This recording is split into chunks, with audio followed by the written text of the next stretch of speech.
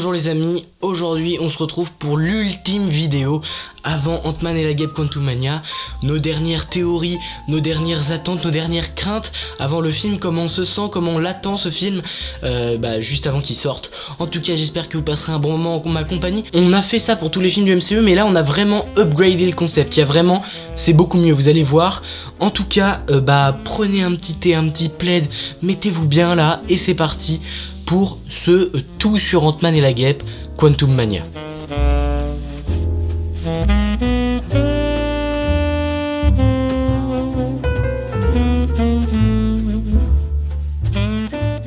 Donc c'est parti. Alors vous voyez le sommaire qu'on va évoquer tout simplement. Au début nous parlerons donc des personnages, les attentes qu'on a réelles sur ces personnages. Je crois qu'il y a 3 attentes par personnage, 3 grosses attentes par personnage, en tout cas les plus gros personnages, et puis pour les personnages secondaires, des petites attentes qu'on a envers eux. Ensuite, mes théories concernant le film, enfin ma grande théorie, qu'est-ce que je pense qu'il peut se passer, voilà.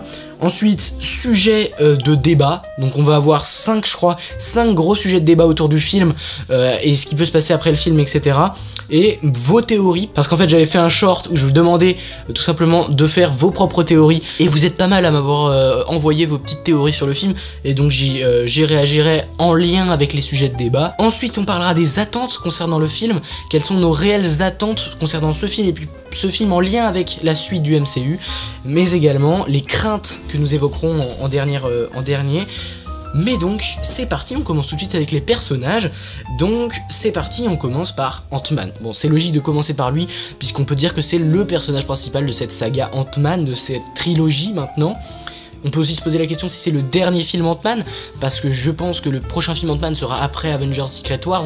Est-ce qu'on l'imagine encore avec Paul Rudd, cet acteur-là? Je ne sais pas, ça peut être intéressant de se poser cette question-là. Est-ce que c'est le dernier film Ant-Man? En tout cas sous cette forme, avec cet acteur-là, puisqu'il y a des petites rumeurs en plus qui viennent de popper sur le fait qu'il y a un 4e film Ant-Man en préparation. En tout cas voilà, vous avez mes 3 attentes concernant ce personnage. De une, devenir crédible. Malheureusement, sur les premiers retours autour du film, puisqu'il y a eu la première mondiale, il y a eu quelques projections pour la presse, etc. A priori, on resterait sur un Ant-Man blagueur, un Ant-Man pris au second degré. C'est un petit peu ce qui me fait mal, parce que ce personnage est toujours apprécié, mais c'est toujours le personnage un peu ridicule. Dans Endgame, le gars, il a un rôle hyper important, mais il est pas crédible du tout. Il a aucun charisme, il se fait manger par tous les autres. Donc c'est ça le problème, mais j'imagine, voilà, c'est hyper lié en fait au deuxième point que j'aborde pour lui, c'est faire moins de blagues. J'espère en tout cas que après cette première partie dans le monde où il est devenu célèbre, il écrit des livres, etc. La partie dans le royaume quantique sera beaucoup moins avec de l'humour, avec du second degré, etc. Mais beaucoup plus dans cette terreur là. Voilà, donc on verra en tout cas ce personnage là, s'il est plus sérieux, s'il fait moins de blagues. En tout cas j'espère, même si j'adore le fait qu'il fasse des blagues, ce personnage le plus drôle, moi ça me fait mourir de rire les blagues de Scott Lang, donc j'adore ce personnage également pour ça. Moi je suis un grand fan des films Ant-Man, je sais pas si je vous l'ai dit, mais il y a beaucoup qui décrivent les films Ant-Man. Moi je les trouve très drôles, je les trouve pas que drôles, je les trouve bien en fait. Ils sont des films qui arrivent à être drôles et intéressants. Le 2 est un peu bon osef, mais le 1 est très bon. Moi c'est un de mes coups de cœur dans ce Marvel Cinematic Universe là. Donc le 3e je l'attends, parce qu'en plus on change de dimension pour Ant-Man, qui va peut-être prendre un aspect beaucoup plus badass, etc. Enfin c'est ce que j'espère, ça m'étonnerait. En tout cas le film se fait démolir par la presse, mais on en reparlera plus tard de ça. On finit avec les 5 personnages principaux et leurs attentes, les attentes qu'on a autour d'eux. Ensuite parlons de Kang, et oui, pour moi qui est le personnage le plus important après Ant-Man, puisque même peut-être le plus important du film, c'est peut-être un film Kang en soi, on verra. Alors voilà les 3 points que je voulais aborder. Montrer son potentiel sans l'exprimer dans ce film, puisqu'il y a un film Avengers The Kang Dynasty, donc moi j'ai envie qu'on nous montre qu'il peut faire des dingueries, mais qu'il les fait pas là, qu'il est un petit peu diminué, etc. Pour teaser son film. Ensuite faire un teasing sur la suite, mais ça s'enchaîne tellement bien. Faire un teasing pour The Kang Dynasty, faire un teasing pour les 4 Fantastiques, faire un teasing vers un autre projet avec ce Kang là, c'est à dire que il a peut-être eu un passé en lien avec les 4 Fantastiques, il a peut-être entendu parler des événements de Loki, etc. Faire du teasing, mais également des liens avec le reste du MCU. Et ce personnage doit commencer à tisser des liens avec d'autres projets du Marvel Cinematic Universe. Et enfin, être un méchant complexe. Oui, les meilleurs méchants ont toujours... On comprend leur motivation, on espère qu'ils gagnent secrètement. Et c'est ça que je veux avec ce Kang là, c'est pas qu'il soit juste méchant, parce que j'ai entendu des retours comme quoi il ressemblerait un peu à Dark Vador dans Star Wars, un peu juste le gars méchant. Je pense pas que ce soit vraiment ça, même si beaucoup le comparent le film à un film Star Wars. On verra ce que ça peut donner, mais tout le monde, en France en tout cas, dit que c'est un Star Wars Wish. Bon, j'espère pas, mais enfin, c'est un film du MCU quand même, donc j'espère qu'ils n'iront pas de ce côté-là. Mais en tout cas, être un méchant complexe, c'est très très important. Pour moi, c'est le truc le plus important concernant Kang qu'on attend énormément, parce que c'est le grand méchant de la suite du MCU, de la pérennité du MCU sur la suite dépendra de Kang le Conquérant. Ensuite, pour moi, troisième personnage très important, c'est la Guêpe. Même si j'imagine que c'est pas encore un film Ant-Man et la Guêpe, même si le titre c'est Ant-Man et la Guêpe Quantumania, on n'a pas l'impression que c'est un film sur la Guêpe. Ant-Man et la Guêpe, pour moi, c'était déjà un film sur Scott Lang et pas sur la Guêpe. La Guêpe, j'ai l'impression, je sais pas pourquoi ils ont mis ça, parce que certes, la Guêpe est un personnage très important dans les comics, beaucoup moins là, mais voilà, donc les 3 points sont à peu près les mêmes en lien avec ce que nous ressort le personnage, c'est-à-dire devenir attachante. Elle est vraiment... Alors, l'actrice Evangeline Lilly est une très bonne actrice, mais malheureusement, elle n'exprime pas son potentiel. On s'en fout en fait de ce personnage. Enfin, on en a rien à faire, on en a rien à secouer. Tu nous mets Ant-Man Quantumania, on préfère. Ensuite, nous avons nous montrer plus de ses pouvoirs, des skills, etc.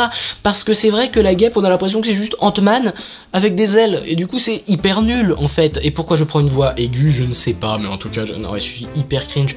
Mais en tout cas, effectivement, montrer plus de ses pouvoirs, montrer plus de ses skills. Parce que, bah... c'est juste un Ant-Man de merde, enfin désolé, mais c'est pas un personnage à part entière qui a ses propres pouvoirs, etc. J'ai l'impression que c'est juste un costume d'Ant-Man. Et s'il nous rajoute encore Cassie après avec exactement le même costume, les mêmes pouvoirs, etc., ça va devenir un peu redondant et un petit peu pas fou du tout, on va dire.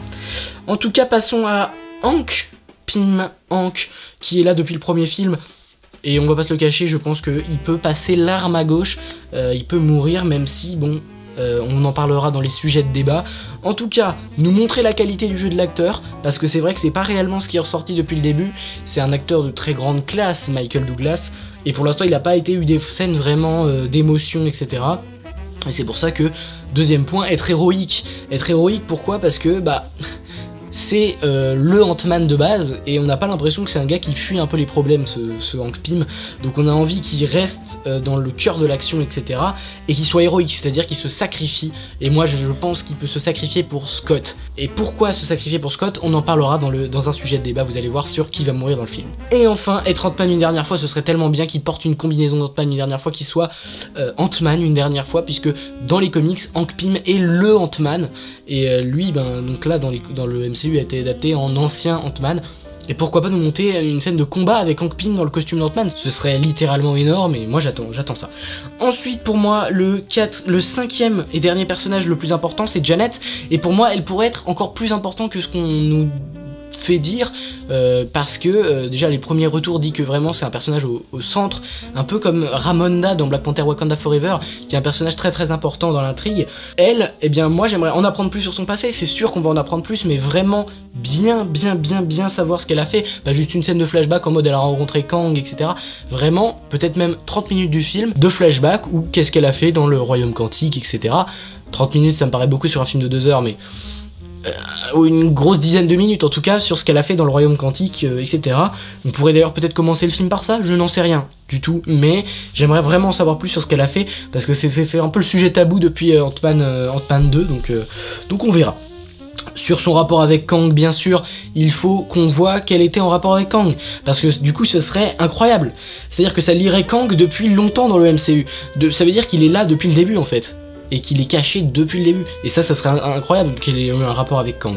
Ensuite, sa relation avec Hope, parce que c'est vrai qu'ils se sont retrouvés dans Ant-Man 2, mais bon, c'était un peu osef, on comprenait pas vraiment l'attachement qu'avait la mère envers sa fille, etc. Donc là, beaucoup plus de scènes d'émotion. C'est aussi ce que je veux globalement dans le film. Après, on verra de toute façon en temps voulu. Donc voilà, Janet, vraiment potentiel d'être un gros personnage pour dans ce film. En tout cas, est-ce qu'elle va survivre? On en parlera un petit peu plus tard. En tout cas, regardons les 3 autres personnages qui peuvent être potentiellement un petit peu intéressants. Stature, prendre une autre dimension. Oui, parce que dans les films Ant-Man, c'était juste la fille un peu gentille, etc. Là, vraiment devenir une super héroïne pour teaser en plus les Young Avengers, etc. En tout cas, Stature, moi, c'est un personnage un peu osef, tu vois, donc bon, on verra ce qu'elle peut donner. Elle peut me surprendre correctement, l'actrice Catherine Newton, qui a été choisie pour Quantumania. On verra. Et puis pour MODOK, malheureusement j'ai énormément peur concernant MODOK. On verra dans les craintes, mais MODOK, selon moi, va gâcher le film. Pourquoi vous nous mettez MODOK ici en fait? C'est la question que je me posais. Mais en tout cas, ok, d'accord. Les attentes que je voulais, c'était qu'il soit drôle, mais badass, MODOK. Ça risque de être juste drôle, hein. Ne vous attendez rien. Et puis avoir une histoire logique, parce que ça pourrait être lié à Yellow Jacket, etc. Bon, avoir une histoire qui tient la route, et que ce soit pas, il soit pas juste là, comme ça. On n'est pas d'origine story du personnage ou quoi, donc j'ai besoin de ça. Krillard, maintenant Bill Murray, on en a su très peu sur ce personnage, alors est-ce que c'est juste un petit caméo ou juste quelques petites scènes? J'espère pas. Avoir un rôle important et surtout un rôle clé. Pourquoi? Parce que j'ai l'impression qu'il est un peu le leader de la rébellion. On va lier ça à Star Wars parce que tout le monde dit que ça ressemble à Star Wars. C'est un peu le leader de la rébellion contre Kang. Et c'est lui qui a les troupes un peu pour renverser Kang, essayer un coup d'état ou je ne sais pas quoi. Et du coup, lui pour avoir un rôle clé. Et donc voilà, c'est juste ce que je veux. En plus j'aime bien l'acteur Bill Murray, je l'apprécie beaucoup. Il a joué dans le film Un jour sans fin, qui est pour moi un film ultra culte et ultra bon. Voilà, j'apprécie cet acteur pour ça, mais pour quelques autres films aussi. Donc j'aime bien le charisme du gars. Voilà pour les personnages. Maintenant on peut passer à ma théorie ultime. Ma théorie, qu'est-ce que je pense qui peut arriver dans le film, etc. Donc là voilà ma théorie. Alors ça peut paraître un petit peu lourd sur le papier, je vais vous la lire, voilà. Moi je pense que le Kang qu'on verra dans le film, c'est à l'origine caché dans le monde quantique pour éviter d'être retrouvé par le TVA, dirigé par un de ses variants, celui qui demeure. Ce qui est un peu le cas de Sylvie dans la série Loki, qui se cachait avant les catastrophes pour ne pas qu'on la retrouve. Alors oui, j'ai trouvé ça très intéressant. Alors ça contredit une théorie que j'avais, comme quoi c'est les 4 fantastiques qui avaient enfermé Kang dans le monde quantique. A priori ça pourrait même être un conseil des Kang qui a exilé le Kang dans le monde quantique, mais ça peut être surtout celui qui demeure, qui traque tous les Kang pour être le dernier, avoir une seule timeline, qui donc fait fuir tous les autres Kang, et notamment ce Kang là, le Kang le Conquérant. Enfin tous les autres Kang ils s'appellent pas forcément Kang, mais ce Kang là, Kang le Conquérant, qui serait donc fui pour ne pas être retrouvé par le TVA dirigé par son variant, et donc un peu comme Sylvie, ne pas être retrouvé et aller dans le monde quantique, là où il pourrait se construire une armée dans l'ombre et après ressortir, et on verra pourquoi. Mais comme celui qui demeure est mort, eh bien il peut maintenant s'échapper du royaume quantique. Voilà, maintenant que celui qui demeure est mort, il peut prendre le pouvoir de tout le multivers, du coup il va sortir et essayer d'aller conquérir le TVA. Pour moi ce serait intéressant, même si c'est en contradiction avec une vidéo que j'avais faite, théorie, que vous pouvez aller voir, elle peut toujours exister, elle peut être sympa aussi, sur Avengers de Kang Dynasty, Avengers Secret Wars. Ensuite, mais les résistants à Chronopolis vont voler la batterie de sa chaise temporelle pour qu'il ne puisse pas s'en aller, et c'est pour cela que Kang, qui a entendu parler de Scott via MODOK Yellow Jacket, veut qu'Ant-Man la récupère pour lui. Oui, ça pourrait faire un lien avec Krillard, le personnage joué par Bill Murray, qui pourrait donc être le chef de la Résistance, et la Résistance vole la batterie de cette chaise temporelle, cette chaise qui permet à Kang de voyager à travers les dimensions, à travers le temps, qui a maintenant envie de s'échapper du royaume quantique. Et bien là non, car les résistants vont le voler alors qu'il était sur le point de s'échapper, et du coup il s'est dit bah ok, je vais faire venir Ant-Man dans mon royaume quantique pour qu'il vole à ma place la batterie, qui a sûrement été peut-être placée dans un endroit qui crée des versions alternatives, des variants, etc. Ce pour Kang est la pire chose, puisque le plus grand danger pour Kang c'est lui-même. Donc c'est pour ça qu'il veut qu'Ant-Man vole ça pour lui, sachant que, récupère ça peut-être en se faisant ami avec la Résistance, et en volant la chose, et en menaçant en capturant Cassie, et en lui disant que je vais tuer Cassie si tu ne me récupères pas le truc que je veux. Et Ant-Man va finalement se rendre compte que c'est pas ça qu'il faut, et va faire un combat avec Kang, etc. Et au final, Kang va peut-être s'échapper, ou Kang va mourir, enfin je ne sais pas, on verra dans les sujets de débat.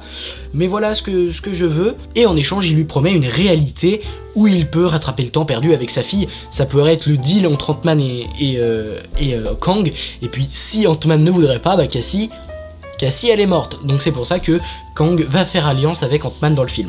Voilà ma petite théorie, j'espère qu'elle vous aura plu. Et puis maintenant on peut passer à vos théories et aux grands sujets de débat que j'ai choisis. Alors déjà ce premier sujet est intéressant.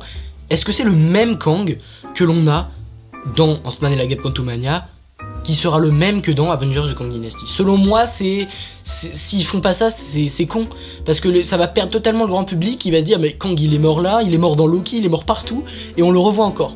Pour moi c'est un petit peu trop complexe pour être compris du grand public d'avoir deux Kang le Conquérant, puisque vraiment dans le film Ant-Man et la Guêpe Quantumania, c'est confirmé, c'est bien Kang le Conquérant. Et selon moi, il faut que ce soit le même, parce que comme ça pourrait faire un lien logique. Est-ce que The Kang Dynasty serait la suite directe d'Ant-Man 3? C'est une question qu'on peut légitimement se poser, et ça peut être intéressant que ce soit la suite en fait. Mais on peut pas le savoir. En tout cas, le même Kang, je l'espère.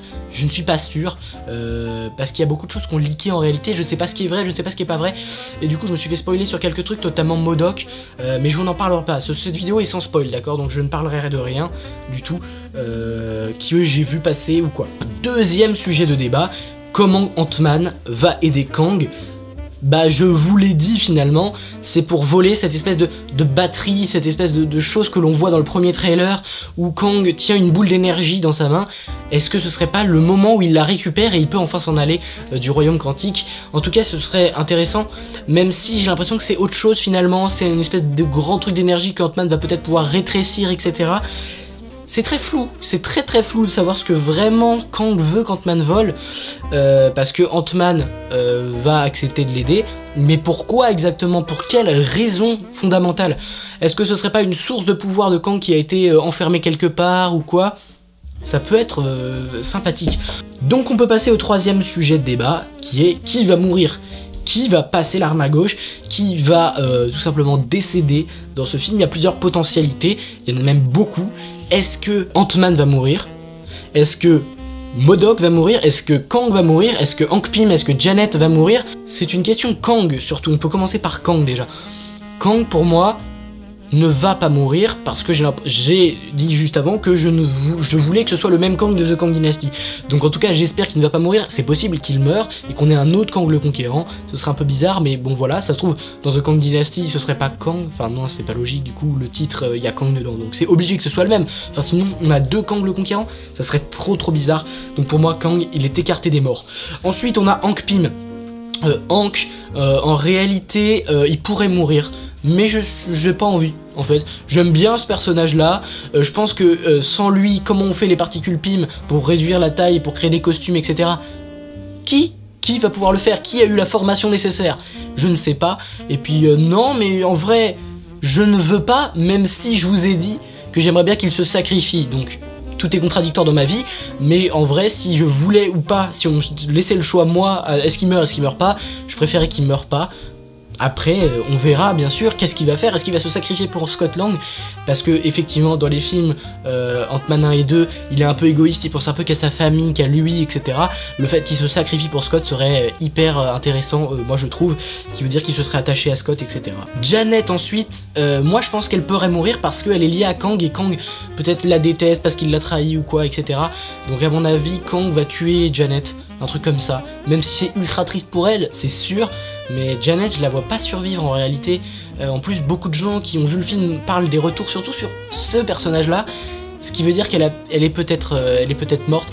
J'aimerais pas parce que il y a tellement de trucs à dire sur ce personnage qui a si peu été exploité finalement, et puis bah elle pourrait mourir selon moi. Ant-Man c'est pas possible, Ant-Man dans The Kang Dynasty, si ils veulent faire des entrées il faut mettre Ant-Man qui est un des seuls survivants de la première de l'équipe de Civil War on va dire, etc. Donc Ant-Man ne doit pas mourir, enfin ce serait vraiment idiot qu'il meure parce qu'il pourrait prendre une autre dimension de The Kang Dynasty, une dimension de leader qui m'intéresserait beaucoup.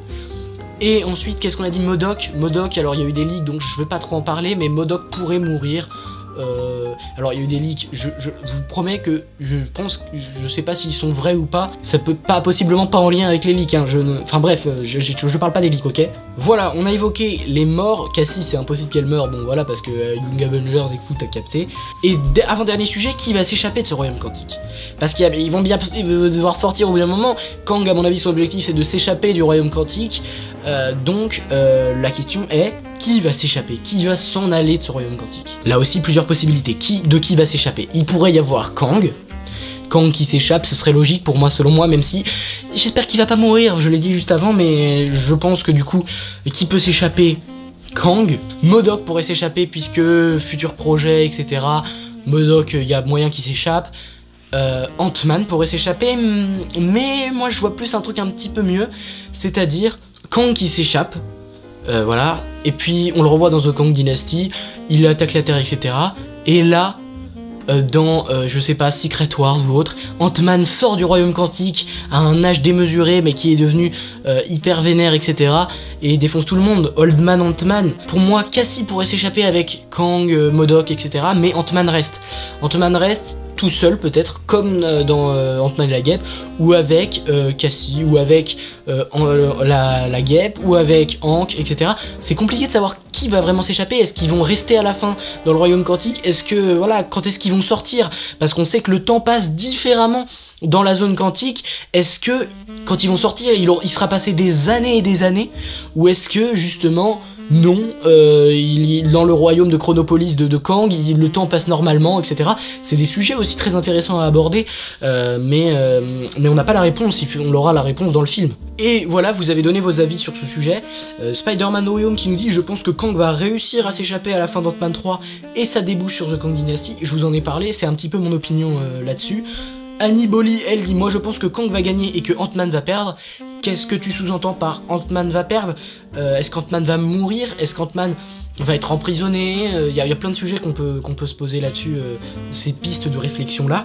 Abdulaziz Dembagay qui nous dit « Je pense que Kang va mourir dans ce film, puisqu'il y a différents variantes de Kang, cela ne va pas poser de problème. » Du coup, ce qui signifierait Kang meurt, mais un autre Kang arrive derrière, c'était la problématique que je posais tout à l'heure. Moi, personnellement, ça me chauffe pas trop, même si, pourquoi pas. Et le cinéphile mélomane va un peu dans le sens de Abdul, qui dit, en théorie, le Kang de Ant-Man sera peut-être juste un variant de lui-même, c'est-à-dire un autre Kang le conquérant. C'est possible, encore une fois, mais on verra. En tout cas, on verra. En tout cas, ce serait un twist de fou de se dire, Kang meurt, il ressort et en fait, il y a Kang. Enfin, Kang revient, ou Kang sort de nulle part, enfin je sais pas, ça pourrait être n'importe quoi, mais le grand public va être totalement perdu suite à ça, donc... c'est pour ça que la presse peut-être n'a pas compris, n'a rien pigé à Ant-Man et la Guêpe Quantumania. Dernier sujet de débat, les scènes post-crédit, les scènes post-génériques, je ne sais pas comment vous les appelez. Alors elles ont fuité et je crois avoir été spoilées, mais je vais vous dire ce que je pensais avant de les avoir vues. Malheureusement, j'ai gâché ma séance par les leaks. En tout cas, scène post-crédit, il y a plusieurs possibilités. Le teasing des Young Avengers avec Cassie, le teasing de The Kang Dynasty avec Kang, le teasing des 4 Fantastiques, pourquoi pas lié au Royaume Quantique, le teasing de Loki saison 2, très lié à Kang, en plus il y avait des petites rumeurs, etc. Voilà, il y a différentes possibilités de scènes post-génériques, on verra. En tout cas, dans le film, je peux pas vous en parler puisque moi je les connais, je pense que j'ai eu les leaks, etc. En plus, ceux qui ont allé voir le film ont dit que les post-génériques avaient déjà leaké et je les ai vus malheureusement, donc j'ai été spoilé là-dessus malheureusement. Mais en tout cas, je vais vous partager les avis qu'on m'a dit dessus, en tout cas sur la fin d'Ant-Man et la Guêpe Quantumania. Le créateur de la fandom, tu nous dis que je pense qu'on pourrait avoir un potentiel caméo des 4 Fantastiques de la scène post-crédit, même si je trouve c'est un peu trop tôt pour faire du teasing à leur sujet. Moi je suis d'accord avec toi, c'est trop tôt, même si ça aurait été un truc de fou. Le problème c'est qu'ils ont même pas fini le casting des 4 Fantastiques, je crois. Donc comment est-ce que tu veux que Ant-Man, dans Ant-Man et la Guêpe Quantumania, tu vois les 4 Fantastiques? C'est pas possible, on les a pas. Déjà, les castings n'ont pas été faits, mais ça aurait été incroyable qu'ils y pensent à l'avance, qu'ils se disent on va mettre les 4 Fantastiques pour faire un teasing. Malheureusement, ils ont pas pensé et du coup ça pourra peut-être être dans un futur projet, un teasing les concernant. Mais cette rumeur est revenue, enfin cette théorie comme quoi les 4 Fantastiques pourraient être liés à ce film, je ne pense pas en réalité. Parce que, en plus, je crois avoir été spoilé sur les scènes post-génériques, je vous l'ai dit. Ensuite, Nanunaka qui nous dit « Je pense que Kang va essayer de tuer Ant-Man, mais que MODOK va se sacrifier pour lui, et c'est le TVA ou Fatalis qui viendra pour le libérer Kang. » Alors si on voit Fatalis, ce serait un master brain de fou, de se dire Ah bah il est là, déjà, lui.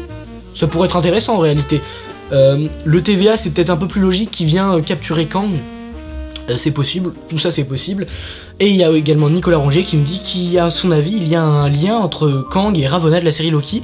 C'est intéressant parce que je crois que c'est le love interest de Kang dans les comics, Ravonna, qu'on voit dans la série Loki. Ça pourrait être ultra intéressant de voir un lien entre les deux. Ah, j'ai jamais réellement pensé, mais c'est cool Nicolas ta théorie. J'aime beaucoup, à retenir, c'est très intéressant. On passe un peu à la phase finale de cette vidéo. Quelles sont nos attentes concernant le film? J'en ai sélectionné 4 grosses attentes que j'ai concernant Ant-Man et la Guêpe Quantumania. Il y en a bien d'autres, mais on va se concentrer sur ça. D'abord, le royaume quantique à la Star Wars. J'avais vraiment fait ça avant que les premiers retours sur le film. Je voulais vraiment un royaume quantique un peu une autre galaxie avec des formes de vie un peu cheloues, des voyageurs, des gens qui sont atterris dans le royaume quantique et qui n'ont jamais réussi à s'en sortir, etc. Ça peut être très bien, je trouve, enfin pas de faire un Star Wars, mais de faire un truc ambiance Star Wars un peu, mais dans l'univers Marvel bien sûr. Ensuite, être un vrai film de science-fiction et unique dans le MCU. Encore une fois, j'avais pas vu les retours du film avant de voir ça, mais effectivement, un film de science-fiction, il n'y en a jamais eu dans le MCU. Un truc un peu comme ça, ça n'a jamais été fait, c'est inédit. Enfin, en soi non, pas de la science-fiction pure, parce qu'on a les Gardiens de la Galaxie, on a les films cosmiques, etc. Mais celui-là, vraiment dans un espèce d'autre univers en dessous d'une autre, enfin, ça peut être totalement unique et une expérience un petit peu chelou. Même si tout le monde rapproche ça à Star Wars, donc j'ai l'impression que c'est un peu du plagiat. Enfin, on verra. Mais il faut jamais regarder les critiques des gens, etc. Il faut toujours se faire son propre avis sur un film. Même si quand 99% des gens disent la même chose, c'est que généralement c'est pas fou, mais bon. Ensuite, bien nous expliquer l'histoire de Kang, son passé et ses objectifs. Ça va en lien avec ce que j'ai dit quand j'ai fait mes attentes sur Kang. C'est très important de bien comprendre Kang en fait. Parce que sans le fait si on le comprend pas ni rien, ça va être un peu chelou. Et donc on va pas avoir envie d'aller voir ce film, donc Avengers The Kang Dynasty. Mais ce que je veux dire, c'est que pour moi, si Ant-Man et la Guêpe Quantumania cartonne et a un bon retour critique, ça peut faire que les gens aient très envie pour The Kang Dynasty, soient très hypés. Si les gens sont satisfaits par le personnage joué par Jonathan Majors, Kang le Conquérant, ça peut avoir un très gros impact sur la réussite ou non du film Avengers The Kang Dynasty, qui on sait va exploser des records à mon avis, donc on verra. Et ensuite, quelques petites surprises et caméos sympas, comme dans Wakanda Forever. Ça c'est très important, ce que je dis, parce que il y a beaucoup de choses qui leak, etc. Enfin, il y a aussi des gens il y a beaucoup trop de clips, trop de TV spots qui sortent en lien avec le film. On a l'impression d'avoir déjà tout vu en fait du film. Et moi, si je le vois et que je vois aucune scène un peu surprise en mode ah ok, cool en vrai, cool de fou, je vais me dire je suis venu mais je connaissais déjà le film en fait. Même si je vais être content de voir un film Ant-Man, sachant que je vous l'ai dit, j'aime bien les films Ant-Man, la vibe des films Ant-Man un petit peu funny, un petit peu cool. Mais là, on veut changer de dimension dans ce film, enfin dans tous les sens du terme en soi. Donc des petites surprises, des petits easter eggs, des petits caméos, ça peut être vraiment sympa d'avoir, je sais pas moi, j'en sais rien, mais on parlait de Kate Bishop, pourquoi pas Kate Bishop, mais aussi d'autres héros. Je crois qu'Ant-Man est localisé à New York, non? Je sais plus. Oh non, j'ai oublié. Bref, en tout cas, on pourrait avoir d'autres héros comme, je sais pas, Spider-Man, j'en sais rien. Peut-être que le teasing du premier trailer nous dit que peut-être on aura une petite apparition de Spider-Man, genre, je dis n'importe quoi, mais des petites surprises et tout. En plus, Paul Rudd a teasé des petits trucs, etc. Honnêtement, j'attends d'être surpris. Si je suis pas surpris, je vais détester le film. Je rigole. Il faut vraiment qu'il soit bien. Ça, c'est très important. Ça déterminera la suite du MCU. Vraiment, c'est la phase 5. Ça va être ultra important. On rentre dans la phase 5 et ce film doit être à la hauteur. C'est une très grosse attente, c'est que ce film soit à la hauteur tout simplement de la phase 5. Nos craintes maintenant, nos craintes principales. Je vous ai évoqué la crainte MODOK, un personnage hyper juste, fun fact, et juste drôle mais pas vraiment, ultra moche, même visuellement, les FX, il paraît que c'est ultra moche les FX de Ant-Man et la Guêpe Quantumania. D'après les trailers, ça avait pas l'air, donc, trop bizarre, on verra. En tout cas, ça peut être une crainte. Est-ce que les effets spéciaux vont encore être mal faits? Pourtant, j'avais l'impression que c'était beau pour une fois, mais tout a été montré dans les trailers et TV spots. J'en parlais juste à l'instant, c'est une énorme crainte. J'ai peur que tout le film ait été montré dans les TV spots et les trailers. Pour ceux qui ne les ont pas vus, c'est pas grave. mais en fait on voit pas vraiment l'histoire en quelque sorte, mais il y a tellement d'images du film qu'on a l'impression que bah faut juste les remettre dans l'ordre et t'as tout le film. Enfin personne l'a fait, mais je pense que si tu fais ça, t'as bien les 10% du film. Et moi je trouve que c'est quand même un très gros problème récurrent chez Marvel Studios. Wakanda Forever, trop de TV spots, trop d'images montrées, c'était pareil, il y avait pas beaucoup de surprises, il y avait pas beaucoup de... Même si avec Killmonger et tout c'était sympa, mais sans plus. Pareil pour Thor Love and Thunder, beaucoup trop d'images montrées, finalement aucune surprise. Même pour Doctor Strange Multiverse of Madness, en réalité, moi je suis sorti, je me suis dit mais on avait vu la moitié du film dans les trailers. Voilà, c'est le gros problème, ils en montrent beaucoup trop. Ils en montrent beaucoup trop. Ensuite, ne rien comprendre aux variants, multivers, royaume quantique, etc. Il faut bien faire comprendre aux spectateurs ça pour pas perdre tout le monde. Parce que c'est sûr que si tu fais en sorte comme quoi les seuls qui ont compris c'était ceux qui connaissaient tout au MCU, non, ça marche pas. Ensuite, Ant-Man, toujours autant blagueur et toujours pas crédible. C'est ma grosse crainte en réalité, mais malheureusement, je pense que c'est vrai. J'adore ce personnage un peu fun, un peu plus déconnecté de ce côté un peu très premier degré des super-héros, etc. Malheureusement, je pense qu'il sera toujours dans la lignée de blagueurs, etc. Et la mise de côté de tous les personnages hormis Kang et Ant-Man. C'est vrai que, il y a quand même Bill Murray, il y a quand même Michael Douglas, Michael Pfeiffer, il y a plein de très bons acteurs, etc. Explorez-les à 100%. Au lieu de se concentrer uniquement sur Kang et ou Ant-Man, il faut faire ça. Et MODOK, et voilà. Donc voilà mes craintes, voilà mes attentes, voilà mes théories sur le film Ant-Man et la Guêpe. Quantumania, j'espère que la vidéo vous aura plu. J'attends beaucoup ce film, ouverture de la phase 5, je suis trop hypé par rapport aux autres films. Et avec ce film, en conclusion, je dirais que en regardant les trailers et les TV spots, je me disais mais ça va être incroyable, ça va être le meilleur film depuis des années. Et plus ça avance, plus je me dis qu'en fait ça sera juste un film Thor Love and Thunder, un peu juste avec Kang en plus qui rajoute un peu de peps. Mais en vrai, ça me fait de plus en plus peur plus on avance. Mais ça fait un peu toujours ça, donc honnêtement là on est à 6-7 jours au moment où je tourne la vidéo du film. Et pour l'instant, là il redescend très clairement avec les retours critiques de la presse française. Alors qu'aux États-Unis ils sont très contents du film, certains disent que c'est le meilleur de tous les temps. Donc voilà, n'hésitez pas à liker, à vous abonner si la vidéo vous a plu. Et puis nous on se retrouve pour une prochaine, pour la critique de Ant-Man, la prochaine vidéo il me semble. En tout cas, passez une très bonne journée, une très bonne soirée, une très bonne après-midi. Et n'oubliez jamais, subscribers, rassemblement.